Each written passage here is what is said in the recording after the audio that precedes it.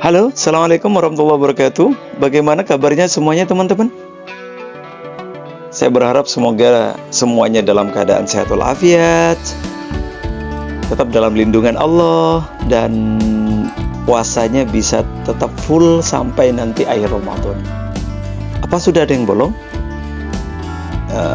Ada yang head mungkin ya, ataupun ada yang udzur syar'i, sakit, ataupun lagi di perjalanan.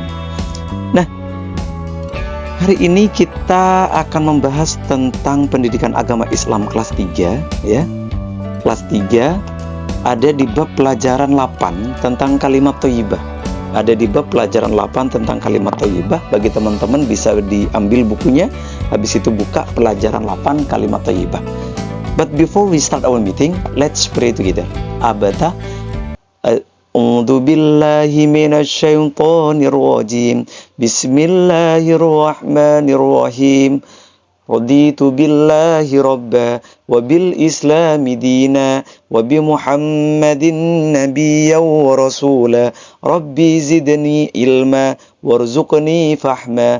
Rabbi israh li sadri wa yassir li amri wahlul 'uqdatam min lisani yafqahu qawli. Amin ya rabbal alamin. Oke, alhamdulillah.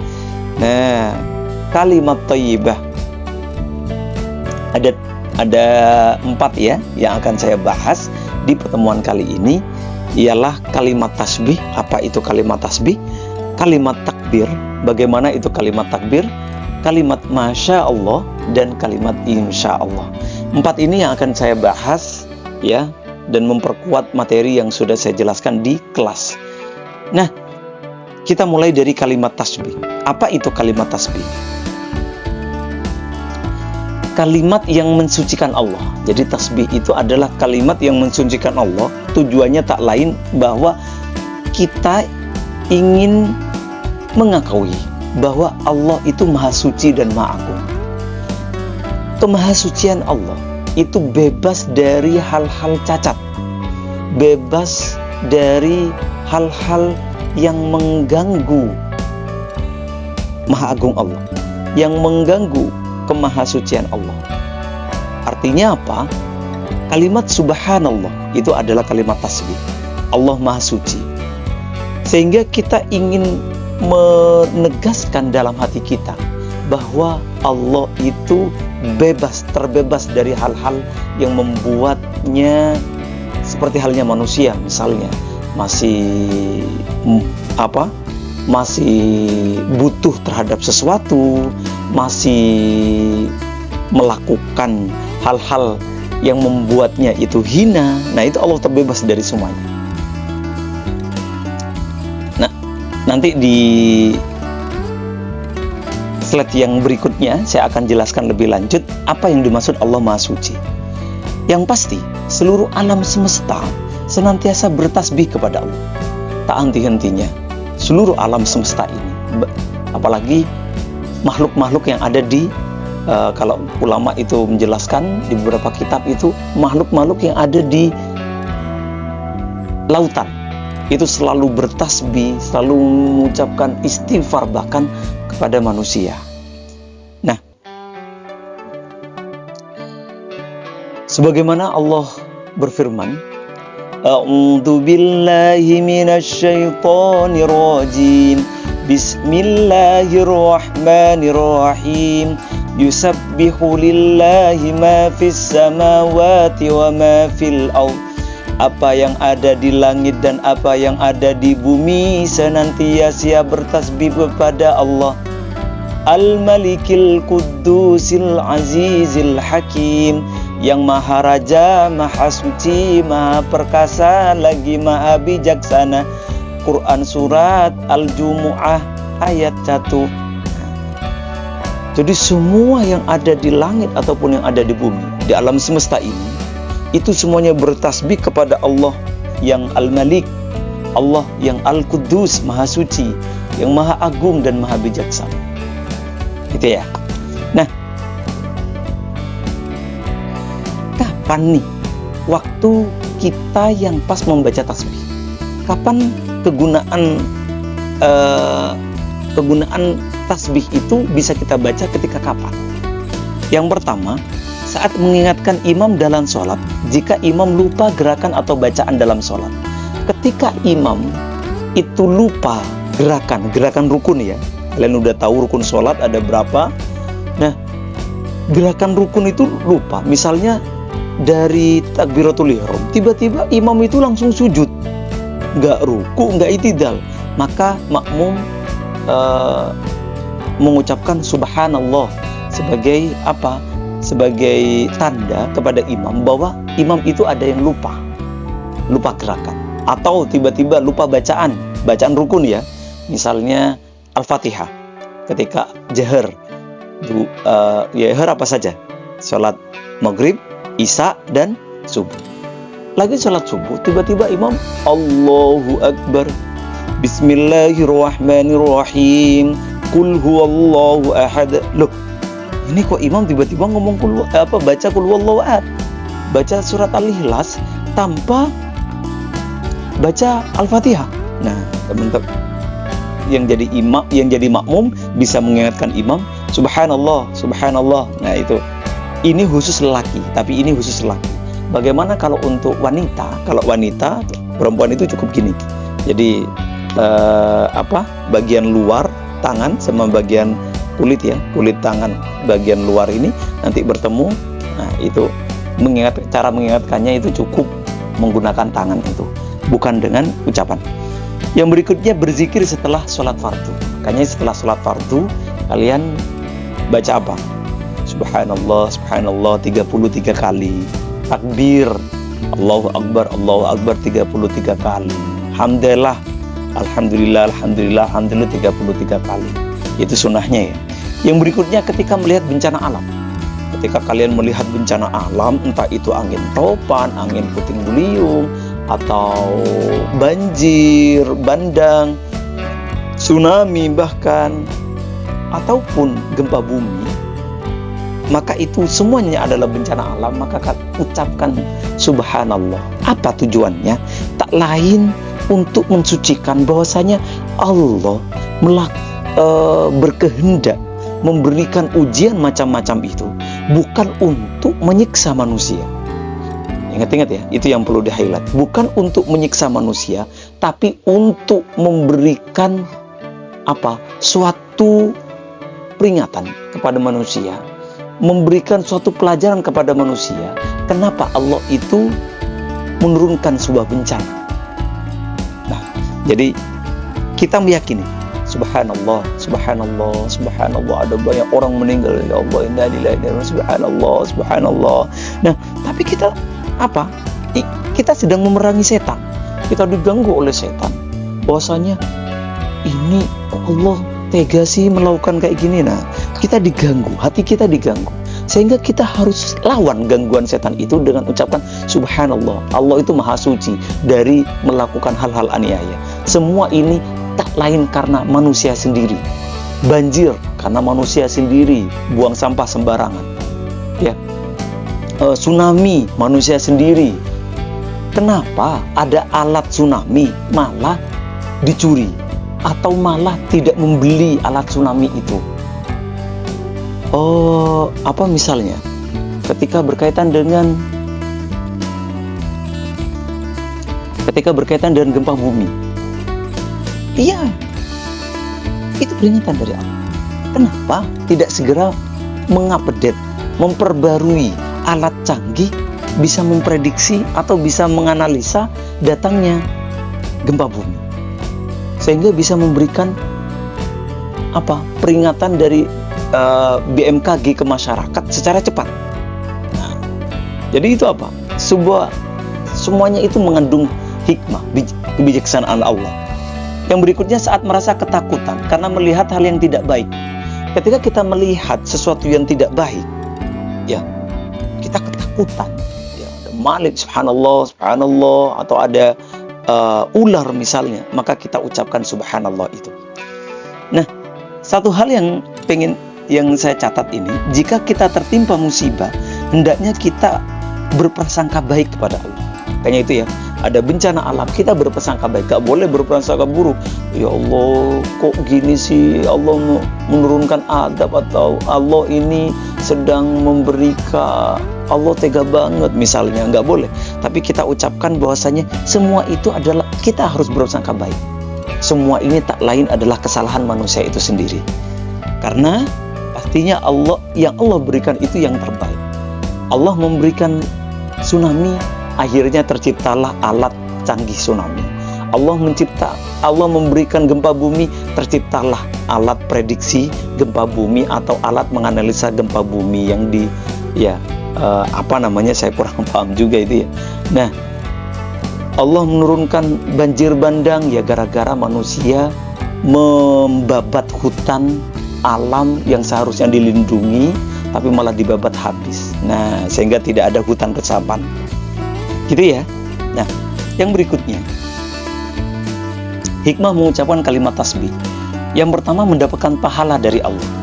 Ya, yang pertama mendapatkan pahala dari Allah, semakin dekat dengan Allah. Ya, subhanallah, subhanallah, kita semakin dekat dengan Allah, mendapatkan perlindungan dari Allah. Kenapa? Kita sedang mensucikan Allah yang maha suci itu, keimanan akan semakin tebal. Kita tidak mudah diganggu oleh setan. Kamu, Allah kok tega misalnya, Allah kok memberikan adab kayak gini sih, ya kok bisa-bisanya. Nah, kita perkuat iman kita dengan cara apa? Ucapkan subhanallah sambil memerangi setan yang sedang mengganggu hati kita. Yang berikutnya ialah kalimat takbir. Apa itu kalimat takbir? Takbir adalah kalimat yang diucapkan untuk memuji kebesaran Allah.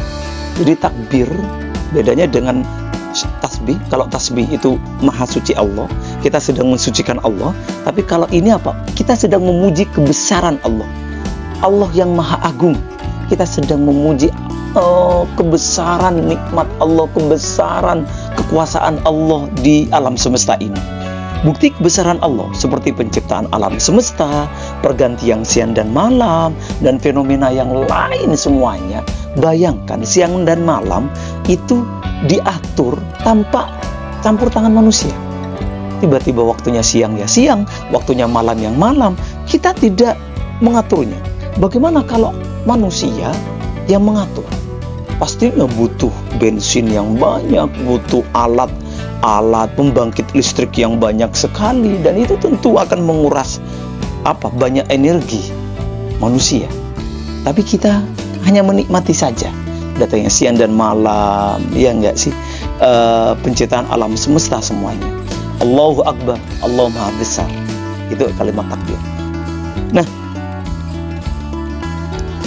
sebagaimana Allah berfirman, ba'da a'udzu billahi minasyaitonir rajim, dzalika bi annallaha huwal haqq. Demikianlah kebesaran Allah karena Allah dialah Tuhan yang hak. Wa annama yad'una min dunihi huwal batil. Dan apa saja yang mereka seru selain Dia itulah yang batil. Wa annallaha huwal aliyul kabir. Dan sungguh Allah dialah yang maha tinggi, maha besar. Quran surat Al-Hajj ayat 62. Gitu ya. Jadi patung, semua sesembahan itu nggak ada yang berhak disembah kecuali Allah. Semuanya itu batil. Semuanya itu batil, nggak boleh disembah. Satu-satunya yang boleh disembah adalah yang menciptakan semua alam semesta ini, yang mengatur alam semesta ini terus-menerus tetap terjaga. Kapan kita membaca takbir? Pertanyaannya nih. Maka yang pertama, takbir digunakan dalam sholat yang diucapkan jika mengganti ucapan. Ya, jika mengganti gerakan. Ini ada yang salah ya, mohon maaf. Jadi setiap pergantian gerakan rukun itu kita ucapkan takbir. Allahu Akbar dari takbiratul ihram. Allahu Akbar gerakan ruku. Kecuali di gerakan i'tidal. Sami Allahu liman hamidah, sisanya sama. Sujud Allahu Akbar. Nah, jadi diucapkan jika mengganti gerakan. Yang berikutnya apa? Gerakan dalam sholat. Yang berikutnya waktu mengumandangkan azan dan iqamah. Allahu Akbar, Allahu Akbar. Ya enggak sih? Itu ketika adzan ataupun iqamah kita mengucapkan takbir. Yang berikutnya ketika berzikir, tadi saya jelaskan alhamdulillah 33 kali, ya enggak sih, setelah doa, setelah salat fardu. Yang berikutnya dilanjutkan Allahu Akbar 33 kali. Nah, selanjutnya saat malam Idul Fitri dan Idul Adha, ketika digunakan takbiran dalam Idul Fitri atau Idul Adha, Allahu Akbar Allahu Akbar Allahu Akbar, la ilaha illallah wallahu akbar Allahu akbar walillahil hamd, ya enggak sih? Nah, kapan yang berikutnya lagi? Ketika melihat sesuatu yang luar biasa, tiba-tiba kalian melihat sesuatu yang sangat luar biasa sekali, di mana sesuatu itu sampai membuat kalian takjub, betul-betul melihat ini, oh ya Allah, ini kekuasaan Allah. Misalnya ya, melihat sesuatu yang sangat luar biasa ketika ada anak kecil selamat dari tabrakan maut, semuanya orang meninggal kecuali satu anak itu. Kalian berarti ya Allah, Allahu Akbar Allahu Akbar, melihat sesuatu yang sangat luar biasa sekali. Yang berikutnya untuk membagikan semangat, makanya ketika ada acara di Laraf itu ya, di Laraf Islamic School, selalu diucapkan Allahu Akbar, ya, slogannya Allahu Akbar, semangat. Nah, apa hikmah mengucapkan kalimat takbir? Selalu mengingat kebesaran Allah supaya hati ini tenang. Kita tenang, kita tidak mudah terganggu oleh rayuan setan, kita tenang dan terhindar dari rasa sombong. Sekaya apapun kita, bahkan udah mempunyai tanah sebesar Pulau Jawa misalnya, punya tanah sebesar Pulau Jawa, sekaya apapun kita itu tidak boleh sombong. Ingat, Allahu Akbar, ada yang lebih besar, ada yang lebih maha segalanya, ialah Allah. Yang berikutnya kalimat Masya Allah. Kalimat Masya Allah artinya sungguh semua kehendak Allah. Masya Allah, sungguh ini semua kehendak Allah. Apa tujuan mengungkapkan ini? Tak lain karena untuk mengucapkan rasa syukur, karena segala sesuatu tidak akan terjadi jika tanpa izin Allah.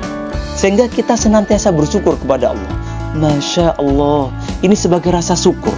Semuanya ini bukan karena usaha kita, semuanya ini bukan karena usaha dia, tapi semuanya ini karena Allah berkehendak. Sehingga kita bersyukur kepada Allah. Allah berfirman, Ba'da a'udzu billahi minasyaitonir rajim. Bismillahirrahmanirrahim.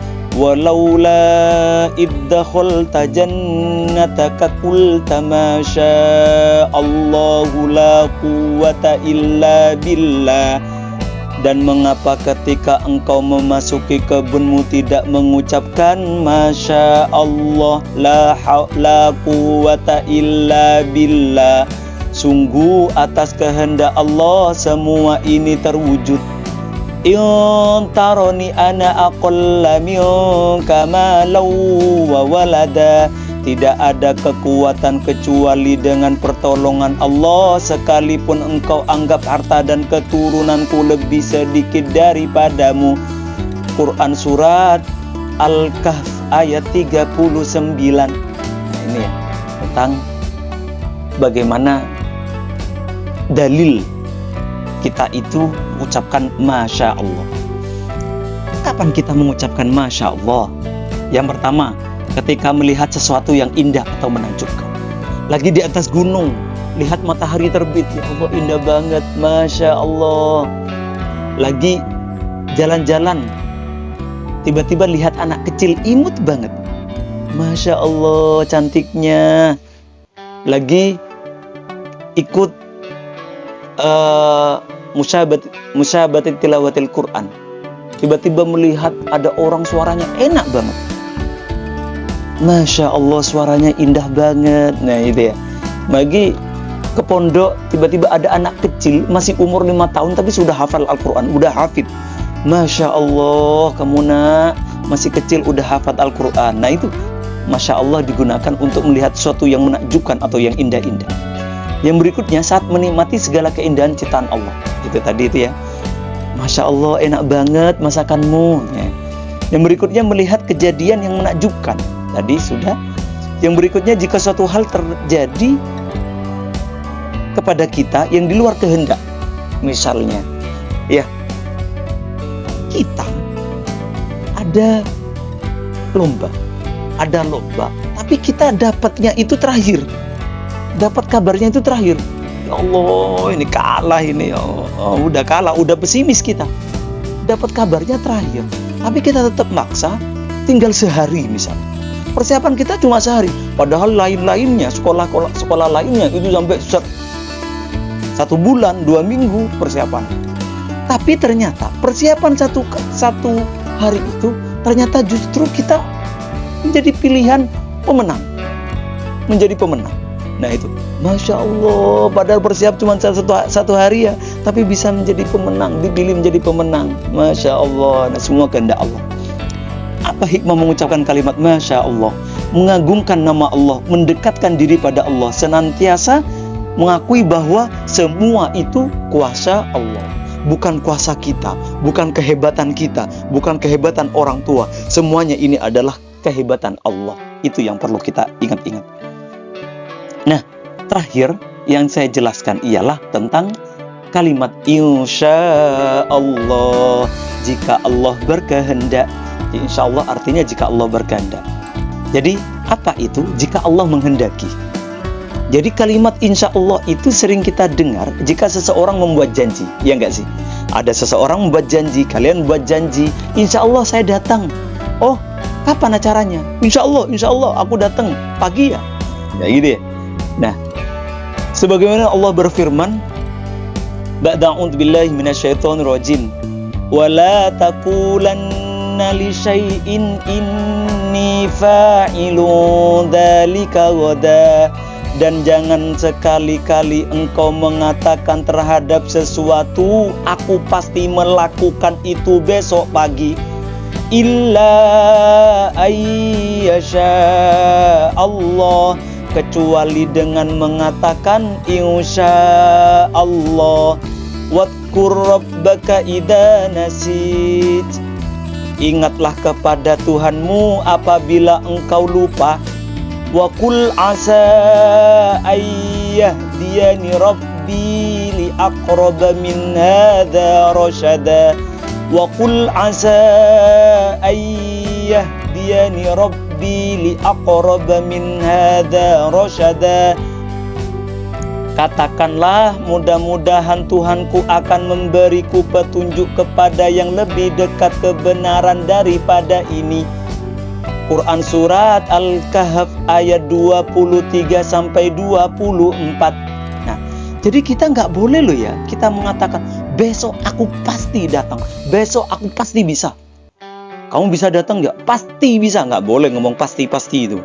Pasti-pasti itu semuanya kehendak Allah. Maka katakan insya Allah. Artinya kalau kita lupa, ya udah toh, itu kehendak Allah. Kalau kita ternyata ada uzur lain, berarti itu kehendak Allah. Nah, kita nggak boleh ngomong pasti-pasti.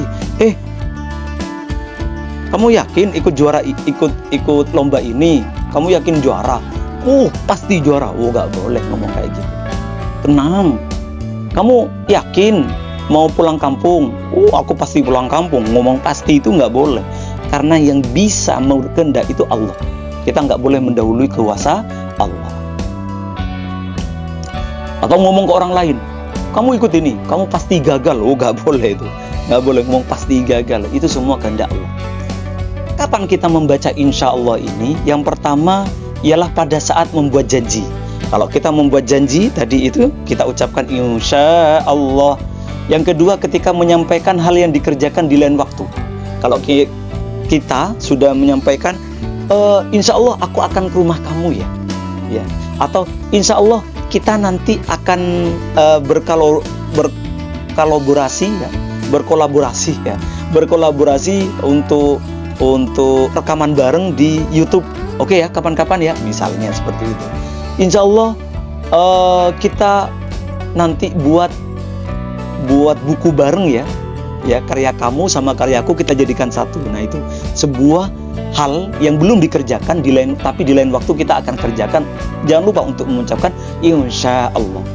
Nah, ini yang perlu diingat-ingat. Banyak orang mengira jika seseorang berjanji dengan mengucapkan kalimat insya Allah, berarti orang tersebut kemungkinan besar tidak akan menepati janji. Ini anggapan yang salah. Nggak boleh. Kalian kalau memang nggak bisa datang, nggak boleh ngomong insya Allah. Misalnya dia datang, kamu bisa datang nggak di pengajian nanti? Insya Allah, padahal dalam hati nggak bisa datang loh. Nah, itu nggak boleh. Katakan aku nggak bisa datang. Tapi kalau kalian bisa datang, katakan insya Allah aku datang. Jadi itu kalau kalian mau datang, jadi katakan insya Allah. Kalau kalian nggak mau datang karena ada agenda lain, maka kalian jangan mengatakan insya Allah. Karena apa? Nanti dianggap kalau insya Allah itu hal yang tidak akan menepati janji. Jangan. Berikutnya, hikmah mengucapkan kalimat insya Allah apa? Selalu mengingat bahwa Allah tempat bergantung segala sesuatu. Jangan sekali-kali kita mengatakan bahwasanya aku nggak butuh, aku pasti bisa. Ya, semuanya ini kita hanya bergantung kepada Allah. Mempercayai takdir Allah. Kalian ngomong bisa, tapi ternyata nanti kalian kepleset, akhirnya masuk rumah sakit. Loh gimana? Kan itu takdir Allah. Atau kalian ngomong bisa datang di suatu tempat acara, tapi ternyata tiba-tiba kalian sakit perut, diare, kalian nggak bisa, mules, nah nggak jadi datang. Nah, itu adalah takdir Allah. Sehingga kita katakan insya Allah, kita percaya takdir. Semua tergantung takdir. Yang berikutnya, menyadari bahwa manusia hanya bisa berencana. Kita itu hanya bisa berencana, tapi Allah yang memiliki kehendak. Ya. Nanti kita barengan ya SMP ya, di SMPN 1 misalnya. Kita barengan di sana. Oh iya, aku pasti selalu bareng sama kamu. Nggak boleh. Kita berencana, ya insya Allah kita barengan. Tapi semua Allah yang berkehendak. Tiba-tiba udah mau barengan, tapi ternyata orang tua dipanggil di tempat kerja yang lain. Akhirnya harus pindah tempat. Nah, itu kan kehendak Allah. Terakhir ialah mengakui bahwa manusia itu lemah di hadapan Allah. Dengan mengucapkan insya Allah bahwasanya kita itu nggak punya apa-apa, semuanya adalah kehendak Allah. Kesimpulan yang bisa kita sebelum saya tutup, kalimat tasbih itu apa? Subhanallah, Allah maha suci Allah, untuk mensucikan Allah. Yang berikutnya, kalimat takbir. Apa kalimat takbir? Untuk memberikan semangat salah satunya, dan untuk mengagungkan Allah. Allahu Akbar, Allahu Akbar. Semangat semuanya ya. Makanya ketika di medan perang itu Allahu Akbar. Yang berikutnya kalimat Masya Allah, untuk melakukan sesuatu yang indah. Ketika melihat sesuatu yang indah, Masya Allah cantiknya, Masya Allah cakepnya ruangannya ya. Misalnya. Yang terakhir ialah kalimat Insya Allah ketika membuat janji. Itu saja yang bisa saya sampaikan pada pertemuan kali ini. Terima kasih kurang lebihnya. Mohon maaf yang sebesar-besarnya. Liburan meskipun di rumah, jangan lupa tetap belajar, karena ini liburan belajar di rumah. Nah, jangan lupa saya ingin memberikan tugas kepada kalian ya.